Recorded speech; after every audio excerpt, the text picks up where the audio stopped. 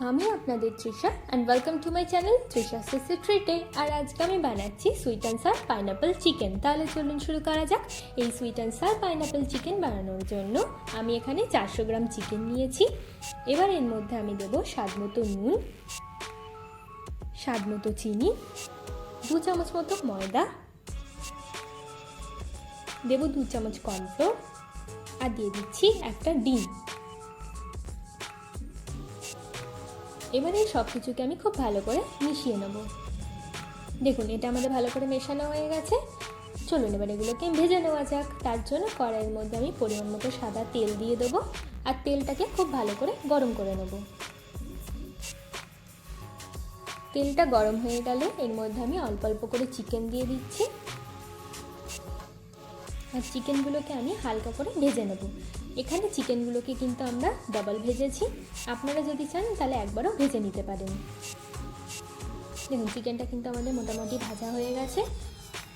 এবার একটা প্লেটের মধ্যে আমি চিকেনটাকে তুলে রাখছি আর একইভাবে বাকি চিকেনগুলোও আমি ভেজে নিচ্ছি।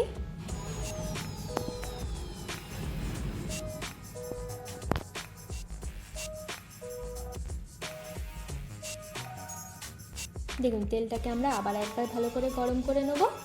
এবার এর মধ্যে ভাজা চিকেনগুলোকে আবার দিয়ে আরেকবার করে ভেজে নিচ্ছি, এতে চিকেনগুলো খুব ক্রিস্পি হয়। দেখুন চিকেনগুলো ভাজা হয়ে গেছে, এবার এগুলো তুলে রাখবো। এবার অন্য একটা কড়াইয়ের মধ্যে পরিমাণ মতো সাদা তেল দিয়ে দিচ্ছি আর তেলটাকে আমরা খুব ভালো করে গরম করে নেব। এবার এর মধ্যে দেবো একটা পেঁয়াজের কুচি, 2 থেকে 3টে লঙ্কা কুচি, 1 চামচ মতো রসুন কুচি আর দিচ্ছি 1/2 চামচ আদা কুচি। দিয়ে এগুলোকে আমি খুব ভালো করে ভেজে নেব। এবার এর মধ্যে আমি ভাজা চিকেনটাকে দিয়ে আরেকবার ভালো করে ভেজে নিচ্ছি।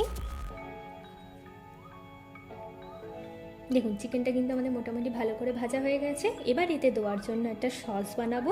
এই সসটা বানানোর জন্য একটা বাটির মধ্যে দিচ্ছি 1 চামচ মতো সয়া সস, 1 চামচ দেবো চিলি সস, দিয়ে দেবো 2 চামচ মতো টমেটো সস, 1 চামচ দেবো ভিনিগার, 3 থেকে 4 চামচ দিচ্ছি আনারসের রস, 1 চামচ দেবো গোলমরিচের গুঁড়ো, দিয়ে দিচ্ছি 1 চামচ মতো চিনি আর দিচ্ছি স্বাদ মতো নুন।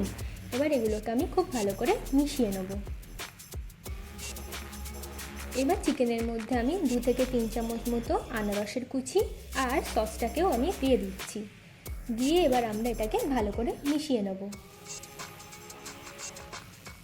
দেখুন আমাদের চিকেনটা কিন্তু প্রায় রেডি হয়ে গেছে। এবার চিকেনের উপর থেকে আমি একটু পেঁয়াজ পাতা ছড়িয়ে দেবো। এবার ভালো করে মিশিয়ে নিলেই কিন্তু আমাদের চিকেনটা একদম রেডি হয়ে যাবে। চলুন এবার এটাকে আমরা সার্ভ করে নিই। আমার ভিডিওটি যদি আপনাদের ভালো লেগে থাকে তাহলে প্লিজ একটি লাইক করবেন, প্রচুর শেয়ার করবেন আর এরকম আরও ভিডিও পেতে আমার চ্যানেলটিকে সাবস্ক্রাইব করবেন। টাটা।